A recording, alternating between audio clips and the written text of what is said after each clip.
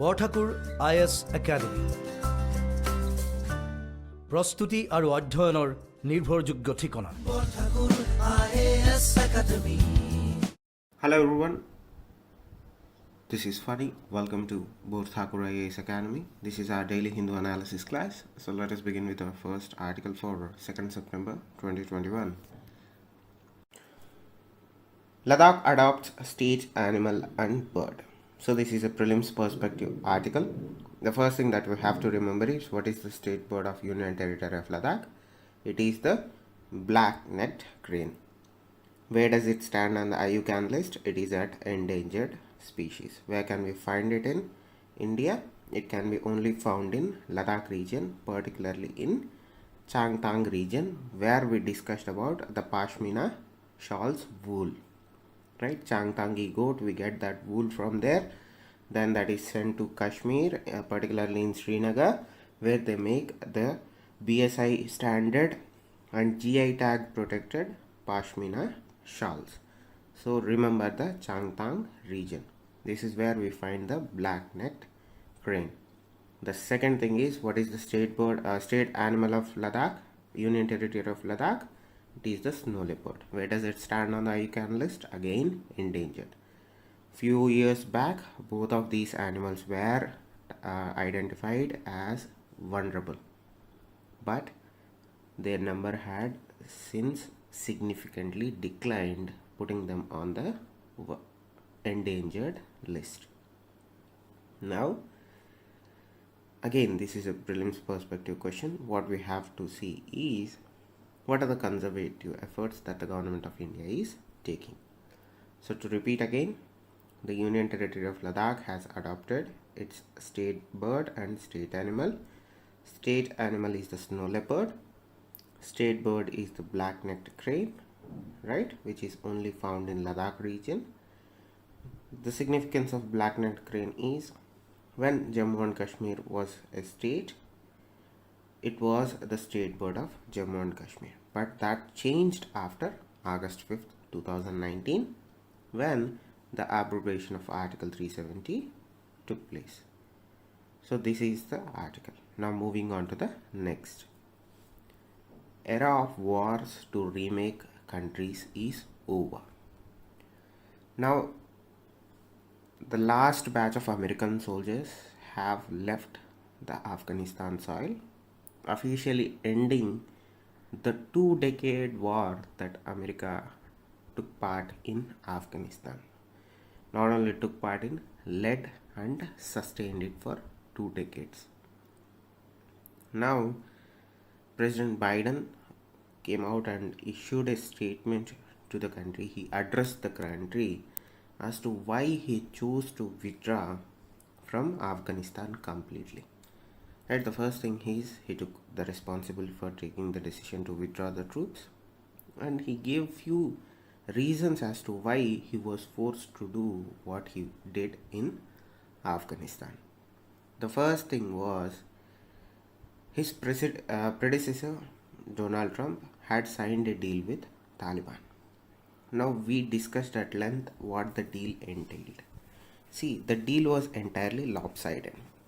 Since its inception, it was tilted in the favor of Taliban. There is no denial of it. First, America chose to talk with Taliban directly, entirely sidelining the Afghan government. What was the first issue there? The moment America decided to negotiate with Taliban directly without the intervention of the government of Afghanistan, it emboldened Taliban. As a result of it, you have to agree to the fact that it took a moral hit and a psyche hit on the security forces and the government of Afghanistan. Right?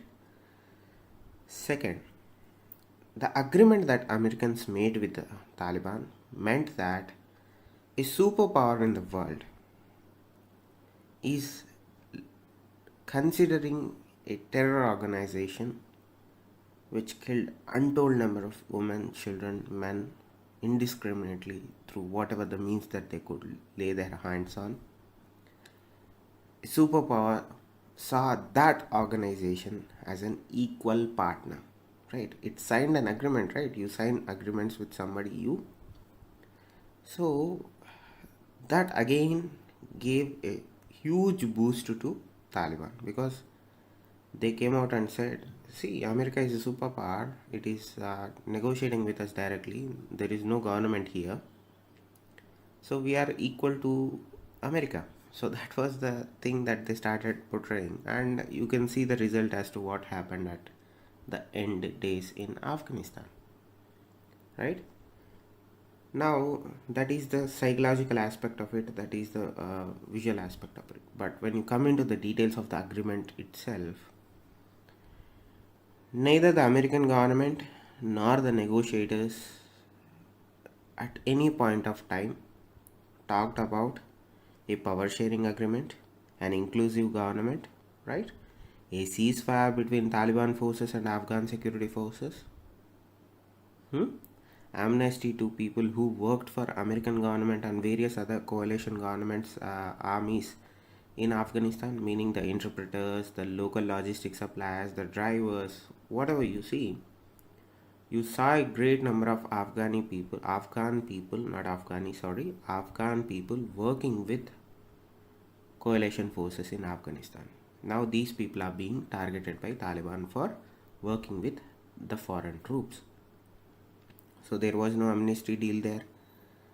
Essentially at the end of it, it talked about a ceasefire between American troops and Taliban, meaning we are going to pull out, you are not going to attack us. Now in addition to that, it also had a clause where the Kabul government was forced to hand over 5,000 of prisoners who were captured by Afghan forces along with American forces and known to be Taliban fighters, and they were subsequently released to facilitate this deal despite objections from Afghan government at various points of time. Now this was the reason that Biden gave. This is the first reason. What is the second reason? The second reason is we only have one to make sure, right? There was this objective that they went into Afghanistan. What was the objective? The objective was to defeat Al-Qaeda because they were the planners of 9/11 attack. The other objective in the same line is to prevent Afghanistan in future or ever being used as a staging base for attacks on US mainland. So they didn't want Afghanistan to become a base for terrorist organizations from where these organizations can plan attacks on US soil. So have they succeeded in that? Yes. We'll discuss in length in the next article where we talked about what were the consequences of US actions in Afghanistan on the region and on the whole. But this was the second reason, right? They wanted to make sure that Afghanistan can never be used again to launch a terror attack on our land. And the second thing on the same line was to defeat Al-Qaeda, which they did. But remember, Al-Qaeda was defeated but not completely eradicated. It went underground and adopted new tactics. Again, we'll discuss this in the next article. Mind you, where was Osama bin Laden killed? Not in Afghanistan, but in Pakistan. That was the thing that Afghanistan Prime Minister, Vice President was Amrullah Saleh was saying all along. He was saying that bin Laden is not in Afghanistan. Bin Laden is in Pakistan. We'll give you the location also. So, mind you, that was the intent and they succeeded at it. They killed Osama bin Laden. They decimated the open structures of Al-Qaeda. They drove them underground. Second, they prevented Taliban from taking or any other organization making Afghanistan base to attack America. So this was the second reason that he said that as to why we went into Afghanistan in the first place. Now, as far as the mission is a success or not, I'll leave it up to you. The second thing is nobody is questioning his or the Americans' decision to pull out of Afghanistan. The war has been very costly for them. The war had huge human loss on them, the psychological loss that a lot of American soldiers bear till this day and in future will be huge. The human loss is huge. Nobody's, at least I'm not criticizing them for their decision to pull out of Afghanistan. But what everybody points out is the way that they have left the things in Afghanistan. They have left their coalition partners, they have left their interpreters, they have left whoever helped them during the war, during the 2-decade war, their partners in danger. Not only that, above all, there are still some Americans stuck in Afghanistan hiding from Taliban. The chaos at Kabul airport, you saw every picture, every video that was posted online. You understand how scary things were there. Now the things are again on the same line, maybe at a different level. So that is where the majority of the criticism was aimed at, not at the decision as such, but the way that they have carried out that decision in the final stages of the withdraw or drawdown, as Americans called it. Now, along those in that speech, he pointed out that first we must set missions with clear and achievable goals, not ones where we'll never reach those goals. Second, we must stay clearly focused on fundamental national security interests of United States of America. Now, this is what he's saying. First, you must set your goals. When you are trying to invade something or when you are trying to achieve something, not invade, whenever you try to achieve something, you set your goal clearly. Let us look at yourselves and ourselves. You are preparing for civil services examination, you are preparing for competitive examinations, right? So what is the goal here? Your goal is to get into service, whether it's a state service or a central service, but at the end of the day, you have a very clear goal, which is achievable goal. You can achieve it if you put in the hard work, if you put in the time, if you put in the resources. It is an achievable goal.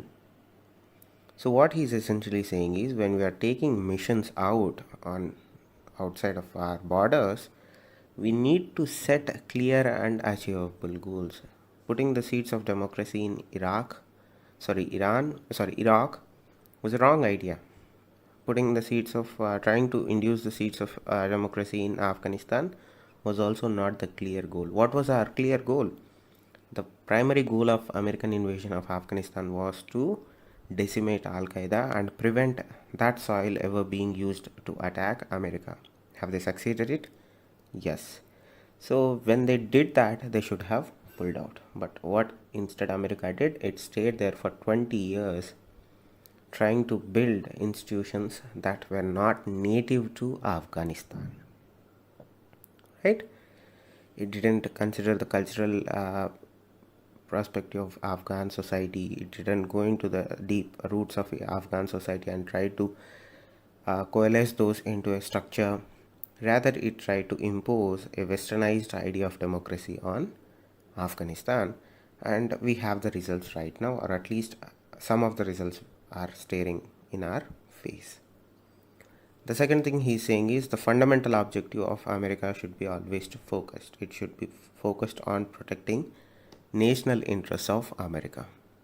What was the national interest of America? To prevent further future terror attacks on American soil. Have they succeeded? Yes. Will the attacks on America stop? No, probably not. Terror or terrorism is no longer the template or no longer follows the template that it followed a few years back, at least a decade back. A lot of tactics have changed. A lot of access to materials have changed. It's not the same template. So it is prudent to say that maybe Afghanistan might not be used, but terror attacks at some point or the other will happen in America. Now this was the speech that he gave to his country, right? He was addressing the citizens of the country. He was trying to make a point as to why he chose to pull out of Afghanistan at this point, despite knowing the pitfalls. So that is a clear objective. So onward, he also pointed out to the fact that, right, when he decided to withdraw troops from Afghanistan, when he wanted to completely pull out of Afghanistan, meaning no presence of American troops on ground in Afghanistan, he based that decision, he was justifying his decision, he based that decision on the fact that the Afghan National Security Forces was 300,000 strong and they were trained by US for 20 years, and he thought that they would be a very strong adversary to Taliban. But what happened? The moment they lost the support of American troops and the American air support to a great extent, they faltered at the first sight of Taliban. So what the reasons as to why Afghan security forces didn't choose to fight Taliban, that is an entirely different issue. But the assumption that American president made to make the decision of withdrawal was this presence of 300,000 troops. Whether they put up a fight against Taliban or not, we know the results right now. Now, he also pointed out that you hear this word Islamic State Khorasan Province, ISISK, right, who were responsible for the double suicide bomb at the Kabul airport, which resulted in 200 civilian deaths and 13 American soldiers also died. Now he is warning them that we remember you, we know who you are. Don't forget that don't think that we are going to leave you just because we don't have soldiers in Afghanistan. Essentially what he is saying is, we don't need to have boots on the ground, we have over the ground abilities. Now what has been the cost of the American presence in Afghanistan, right? We heard numbers ranging from 2.3 trillion to 3 trillion American dollars, right, in being invested into Afghanistan. So according to Brown University, which made an estimate as to how much money did America spend on all of its military operations in Afghanistan, they concluded that it was anywhere between 2 to 2.3 trillion dollars in military operations in Afghanistan. See, the financial aspect of it is one side. I already told you the human cost, the number of soldiers that it lost during the 2-decade war, the number of soldiers that were injured, permanently injured. So what do we call that PTSD, post-traumatic stress disorder? There are large number of American veterans who suffer from PTSD from their time serving in Afghanistan. So again, that cost is, you cannot calculate that cost. There is no price that you can put on that. So at the end of the day, it has been a costly affair. The criticism comes at how they chose to pull out of Afghanistan. So that is the criticism comes from, that is the financial aspect of it. That is the cost that was associated with the American presence, the 2-decade presence in Afghanistan. So that is what he was saying. He didn't want it no longer to be dragged into a 3rd decade. It had to be done now. He didn't want that war to be prolonged into the 3rd decade or dragged into 3rd decade of its presence, of American presence in Afghanistan. So that was the major driving factor for him to choose to pull out of Afghanistan. And as we discussed earlier, those were the reasons that predicated as to why he chose to pull out now rather than sometime in the future. Moving on to the next article, what did America achieve in Afghanistan in 20 years? Now, when President Biden was addressing the nation on Tuesday, that is a few days back, he pointed out to the fact, again, we discussed this in the earlier article, but we'll revise it here. He said that he had only 2 options in regards to the withdrawal, because the agreement that Trump administration made with Taliban in February of 2020. Mind you, the withdrawal agreement was made between Trump administration and the Taliban in February of 2020 itself. His options were simple. This is what he told. First, either you honor the deal, meaning you adhere to the agreement that Trump administration made with the Taliban in February of 2020, or renege on it, meaning you cancel that agreement, say that either we are going to not adhere to the agreement or let us renegotiate a new agreement. The second was send in more troops to continue the war. Right? First, either you honor the deal that you made with the Taliban or you cancel the deal. Second, when you cancel it, you send in more troops to continue the war into the next decade. And he kind of pointed or quoted that I was not going to extend this war forever, and I was not extending a forever exit. So he simply meant that he is neither going to continue it forever nor he is going to continue the exit plan forever, meaning there will be a slight presence of troops in Afghan soil also, the 2,500 or 4,000 troops that the Trump administration was talking about. Once he decided that the withdrawal is going to happen and we are going to honor the deal, it meant that no American troops will be there in Afghanistan in the coming few months, meaning you are going to pull out of everything. Now let us see what has been the outcome of the war on terror.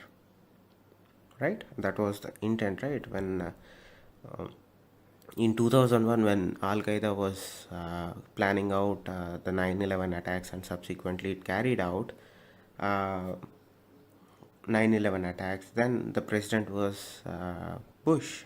President Bush declared that he is calling a global war on terrorism. He wanted to weed out terrorism out of the world, and he declared a global war on terror. Right? It was the reason as to why US invaded Afghanistan in the first place.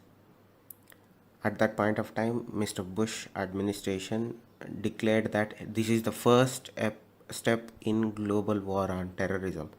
When we are done with it, terrorism isn't going to be in this world. That was the idea, that was the package that they sold it to other countries in.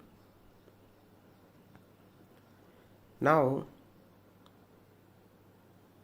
2 decades later, right?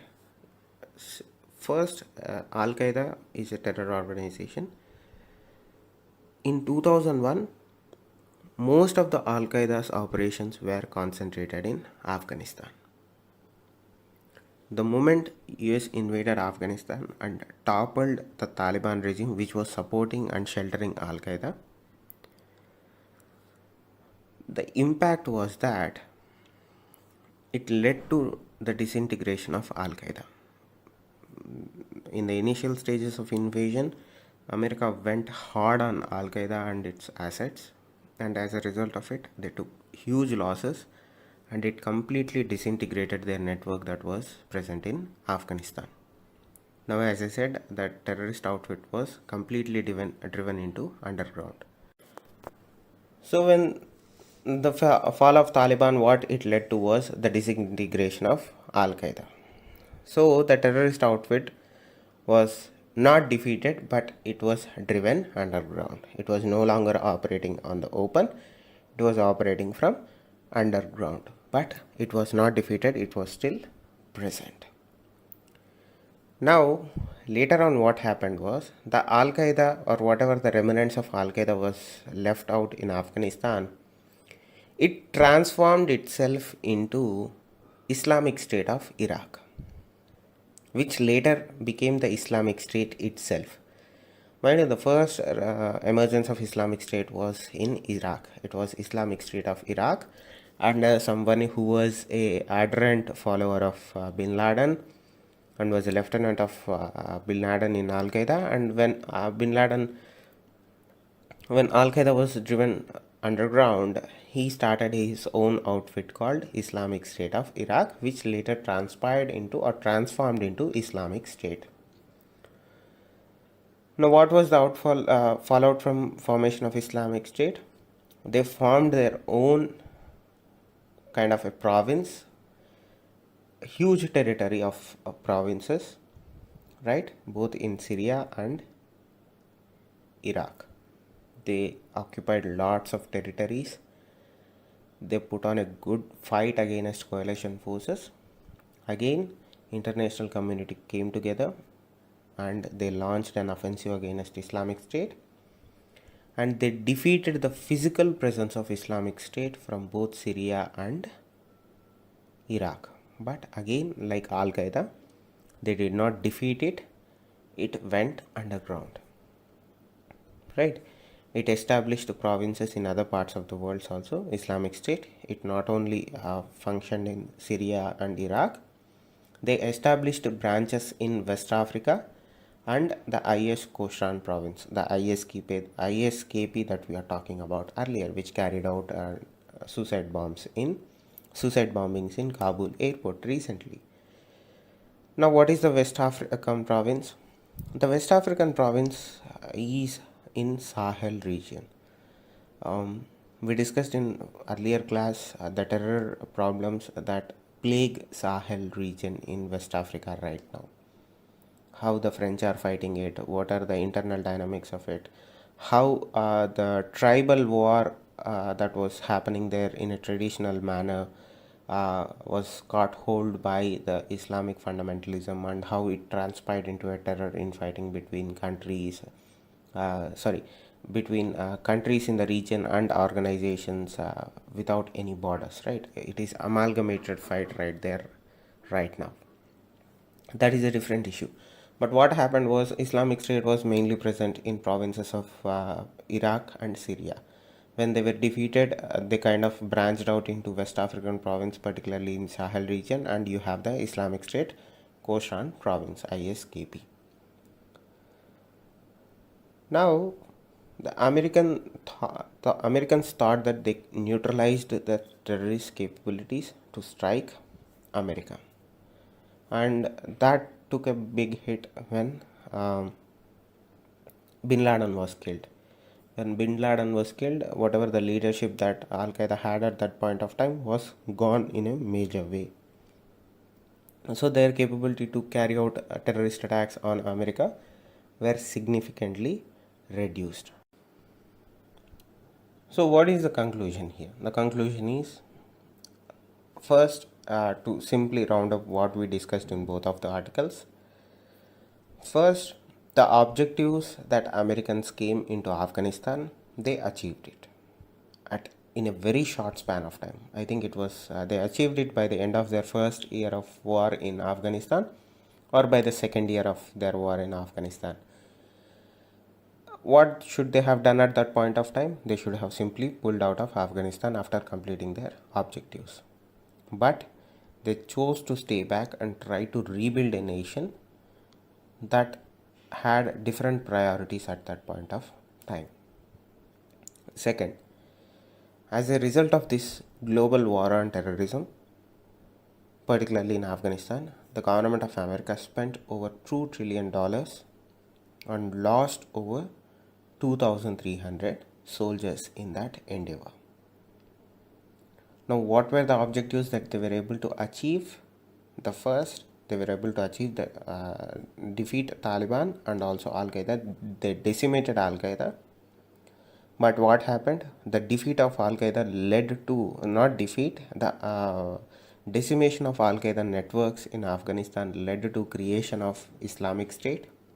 First, the Islamic State of Iraq, which later transformed into the Islamic State itself, which went on to occupy huge territories of both Syria and Iraq. Again, an international coalition had to be formed. Then they defeated it again, or at least the physical aspect of it. But what happened later? As a result of this, Islamic State branched into two other regions, the West African province region and the ISI Khorasan province. Now, the West Africa thing was particularly in the Sahel region, where we are seeing huge casualties taking place on a daily basis, and the Islamic State Khorasan province is going to come and haunt us in the future.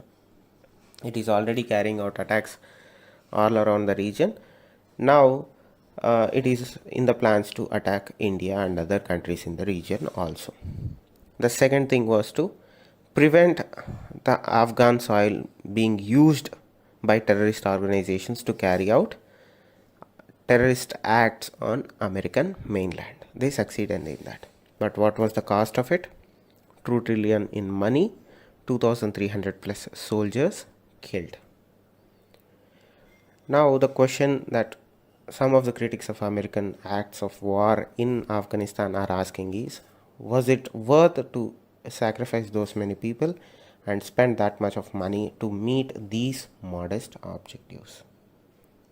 So that is in essence that 20 years of war that America carried out in Afghanistan led to. Declares economic emergency. Now Sri Lanka is going through a very tough period. It is going through an economic crisis right now. And as a result of it, the Sri Lankan president had decided to impose restrictions on certain activities in their country, economic activities. So, to contain the soaring inflation that is plaguing the Sri Lankan society right now and the Sri Lankan economy, because the value of their rupee fell very drastically, right? Because of their economic condition, their value of the currency fell very quickly, right?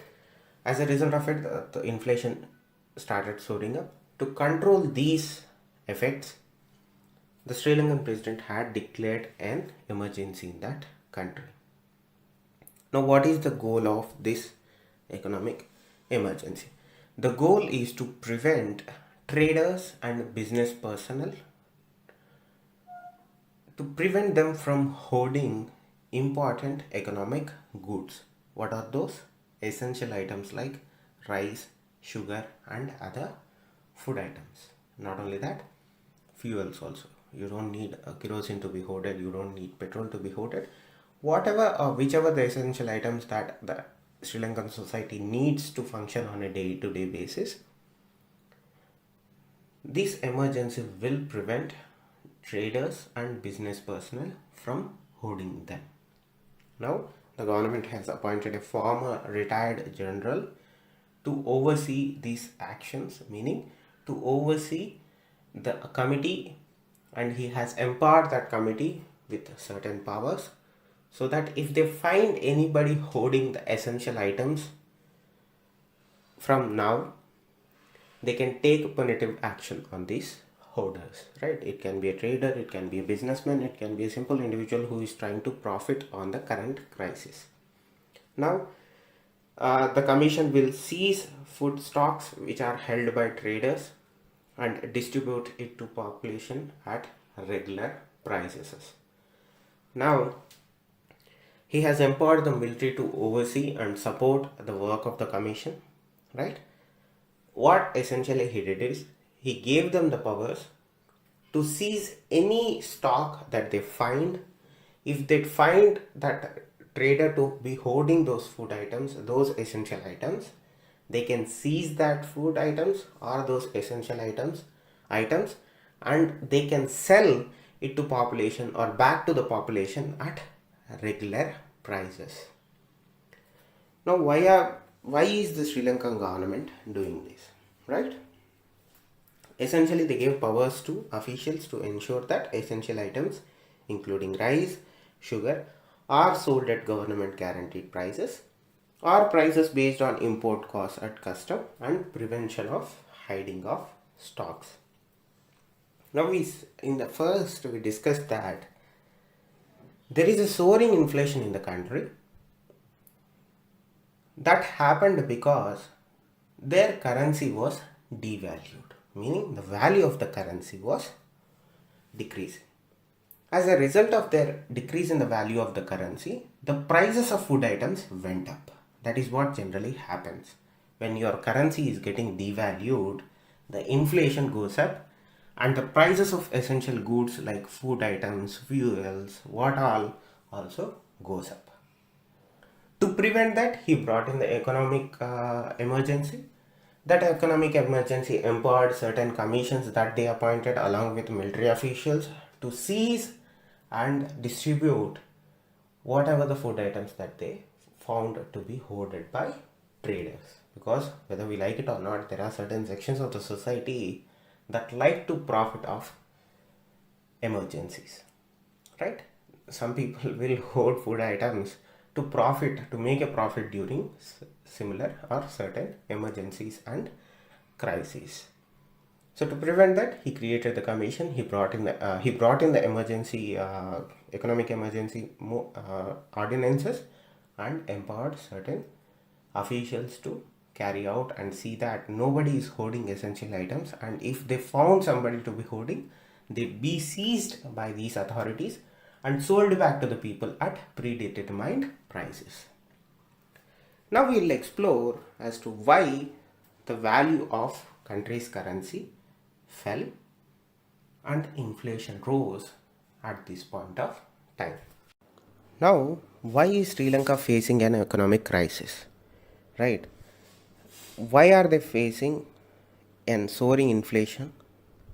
And why is their currency is being devalued? The simple answer is because of a foreign exchange crisis, right? Sri Lanka suffers from a huge trade deficit, and this trade deficit has been deepening the economic crisis in the country for a long period of time. And as a result of this foreign exchange crisis, you are seeing inflation and their currency, you are seeing their currency being devalued and subsequently soaring inflation in that country, right?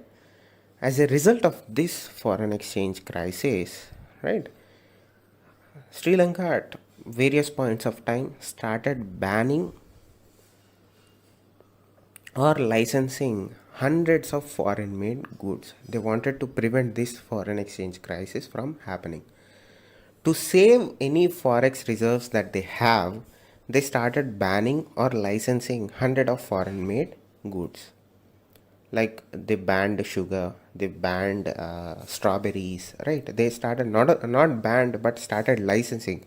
They started controlling the quantity of import that these traders can import into the country. So to simplify, they started controlling the quantity of these items coming into the country, right? Traders can no longer import however they want. There is a set limit and these traders must import within that limit. So what are the few items that they banned or licensed, right? Something like strawberries, they licensed wet wipes, they banned sugar, they licensed sugar quantities, right? They even went to the point where they started licensing spices including turmeric, right? All this was being done to save their forex reserves. Now, as I told you, this is not the first time that they have been trying to control their dependency on import from outside countries to save their forexes. Such kinds of restrictions were there, such kinds of import controls were there since 1970s or 80s. But the crisis took its worst turn on the onset of COVID-19 pandemic. Why? Tourism is a main source of foreign exchange for that country, right? Sri Lanka was heavily dependent on tourism for their foreign exchange currency. Because of COVID-19, their tourism dropped to zero. As a result of this, their vital source for foreign exchange earnings took a big hit, right? In 2019, their forex reserves fell to 2.8 billion by the end of the July from 7.5 billion. In just a short period of time, their forex reserves fell from 7.5 billion to 2 billion. And the value of their currency also drastically reduced, right? It almost lost 15 to 20% of its value against the US dollar. What is the currency of Sri Lanka? It's Sri Lankan rupee. The Sri Lankan rupee lost its value anywhere between 15 to 20% against the US dollars at that point of time. Now, this has led to an economic crisis in this country. Their forex reserves took a hit, Their major source of foreign exchange earnings, which was tourism, took a hit because of coronavirus pandemic, and as a result of it, their foreign exchange depleted very fast. In a short span of time, they lost $4 to $5 billion of foreign exchange reserves in their forex reserves, and as a result of it, their currency value also lost more than 20% of its value against the US dollar. Now, what is the current scenario in Sri Lanka? Currently, you have this economic emergency being imposed. You are seeing people standing in long lines to access food, to purchase food, or if the government is giving it for free, to get that free food.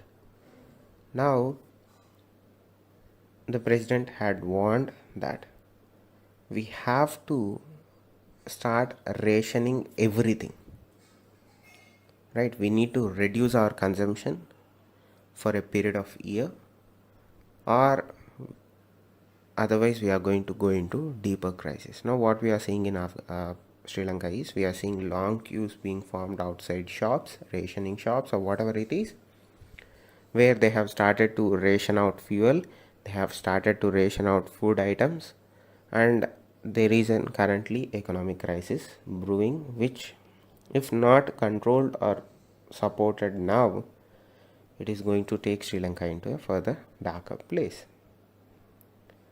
Now the problem is the traders, right? You have importers who are still functioning there, and when the government came out and said that we are going to ban imports from outside to protect our forex reserves, because they cannot gain access to dollars, because that is how forex reserves was. You keep currencies of other countries in your forex reserve. When trade happens, you exchange that money, and that is how things goes. I hope you don't need to be explained how forex reserves works. Now, to protect their forex reserves and their inability to pay other countries because of the depleted forex reserves, the government imposed certain restrictions on imports. Now the traders are saying, okay, well and good, but what about if we want to import food and medicines? The answer is, it's likely that it can be done, but again, if that is done, their forex reserves would be further depleted, and they would have no ability, or they would lose the ability to pay for those goods, again deepening the economic crisis.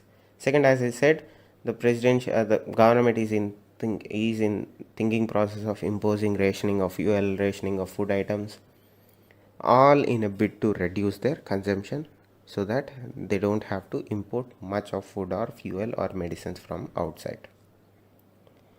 So as I told, the pandemic had a huge effect on their economy. I think it shrank by 3 or 4% in 2020 because of the pandemic, and that had a huge impact. This was last year. See, last year was the year when President Gotabaya Rajapaksa visited India. Asked India to support them, right? When India engaged with Sri Lanka last year, Sri Lanka requested some sort of an financial assistance from India. That is when Indian Prime Minister Narendra Modi opened up a line of credit, 1 billion line of credit for Sri Lanka, which was separate from any other debts that the country had to pay. We imposed a moratorium on the debts that Sri Lanka had to pay to India, and in addition to all the debts we had with them, all the financial support we gave to them, we additionally opened up a 1 billion credit to Sri Lanka, which was anywhere between 400 million was in currency swap or something like that. This was only India alone. Later on, Bangladesh also opened up their finances. They approved 200 million currency swap agreement with Sri Lanka, and this helped Sri Lanka to come over the foreign exchange crisis last year. Right. First, the crisis was not new. It has been brewing since long. The pandemic had worsened it. To support Sri Lanka last year, we gave them a $1 billion credit swap agreement. Not only that, we imposed a moratorium on the debts that the country had to repay to India. Second, Bangladesh went ahead and approved a $200 million currency swap agreement with Sri Lanka, and these two actions helped Sri Lanka to overcome its forex crisis last year. So what happened since last year? Since late last year kind of a thing, relations between India and Sri Lanka have been tense. Why? They cancelled our container terminal project. They went ahead and gave the Colombo port project to China, that Colombo city project, right? And it is in deep hot water because the amount of debt that Sri Lanka is in with China is huge, right? I think in the initial phases, Sri Lanka was given some 1.5 billion currency swap facility with China.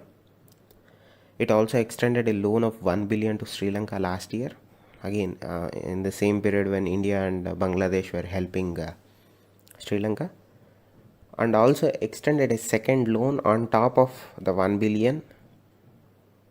They gave a 500 million loan to Sri Lanka again.